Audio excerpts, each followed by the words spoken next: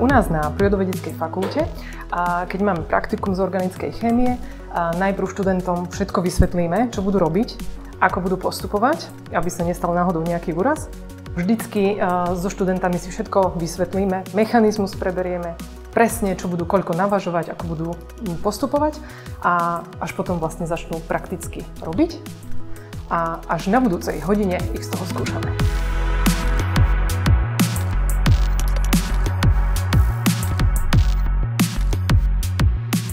Tak, prečo práve Prírodovedeckú fakultu?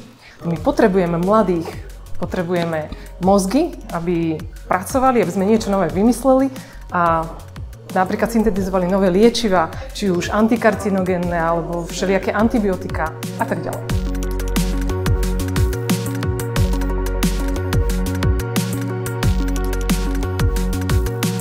V prvom ročníku sme mali potom v letnom semestri praktika z daného predmetu.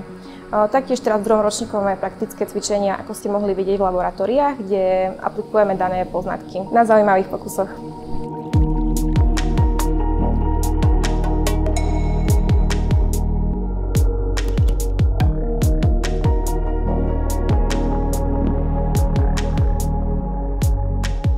Mne sa páčilo, že vlastne Prírodovedecká fakulta ponúka možnosť štúdia medzi odboru, a teda, že nemusíme od začiatku byť profilovaní jasne iba na biológiu alebo iba na chémiu, ale že môžeme vlastne nastúpiť na medziodbor a buď potom aj na medziodbore pokračovať a stať sa učiteľmi, alebo sa profilovať potom buď ako čistý biológ alebo ako čistý chemik.